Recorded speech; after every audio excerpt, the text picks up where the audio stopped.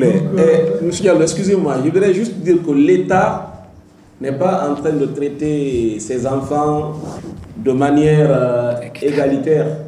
Regardez par exemple la presse, ce palais dans lequel vous êtes. Pourtant, vous êtes encore plus critique parfois vis-à-vis de l'État que le barreau. Mais il y a une subvention substantielle qui tombe chaque année. Allez voir le réduit dans lequel nous sommes à la cour d'appel là-bas. Mais ce n'est pas grave. Ce n'est pas grave. Tant que nous, on peut... Et d'ailleurs, ça, c'est à votre honneur. Parce que malgré toute cette subvention que vous recevez annuellement, cela ne vous a jamais muselé. Vous n'avez jamais perdu votre liberté de ton. Vous n'avez jamais perdu votre indépendance. C'est cela. Donc, mais je crois que ça part aussi de la méconnaissance de ce qu'on appelle un ordre, un barreau.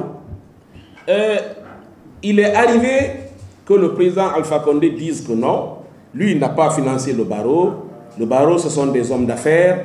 Donc, lui, ce qui l'intéresse, ce sont les magistrats. Beaucoup pensent que le barreau, les avocats sont des opérateurs économiques, donc on n'a pas besoin de les financer. Et d'autres vont jusqu'à penser que le patron du barreau, le patron des avocats, c'est le ministre de la Justice. Et d'ailleurs, vous avez remarqué, même pour revenir à notre cas, parce que j'ai l'impression qu'on va s'écarter un tout petit peu, il y a un courrier qui circule dans la presse, un courrier du Premier ministre, adressant justement la revendication de ces jeunes-là, parce que c'est normal. Lui, en tant que Premier ministre, il a été saisi. Il pense que quand on dit secteur de la justice, son porte-parole, son interlocuteur direct, c'est le ministre de la Justice. Mais ça ne veut pas dire que parce que le Premier ministre a adressé un courrier au ministre de la Justice, ça veut dire que nous sommes sous les ordres de ce département. Donc moi, je pense qu'il y a une connaissance. Peut-être que le barreau gagnerait à organiser des journées portes ouvertes, adressées à tout le monde, y compris aux autorités, pour qu'on sache ce que c'est qu'un barreau. Il participe au match de l'opposition. Voilà les conditions dans lesquelles nous avons tous été privés de la subvention, parce que les différents gouvernements ont voulu que nous jouons leurs partitions, que nous faisons leurs volontés.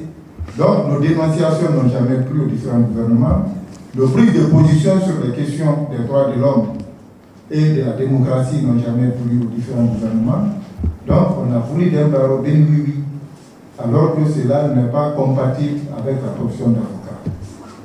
Il faut de l'indépendance, mais aussi la liberté du ton ou d'expression. Voilà. Mais nous continuons à espérer et nous continuons avec nos propres moyens d'organiser les CAPA. Sinon, on pouvait se refuser d'organiser les CAPA sous prétexte qu'on n'a pas de financement. Parce que c'est l'État qui doit financer les CAPA. La loi est claire. Et avant même le financement, l'État dit qu'il nous faut un institut du barreau où les candidats sont préparés à l'avance, où ils suivent les cours avant de passer les CAPA. L'institut du barreau, c'est l'État qui doit le construire. L'État ne l'a pas fait. Ce n'est pas de l'aumône que l'État donne aux avocats. Les avocats participent au service public de la justice. Vous ne pouvez pas parler aujourd'hui d'une justice forte. Vous ne pouvez pas parler d'une justice indépendante sans la participation des avocats. Le bâtonnier Traoré vous a tout de suite dit que pour la consolidation de l'état de droit et de la démocratie, il faut trois piliers fondamentaux.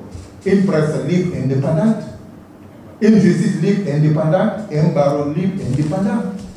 Mais quand vous cherchez à museler les barreaux, vous faites vous-même une mauvaise publicité. C'est ça la vérité, je vous remercie.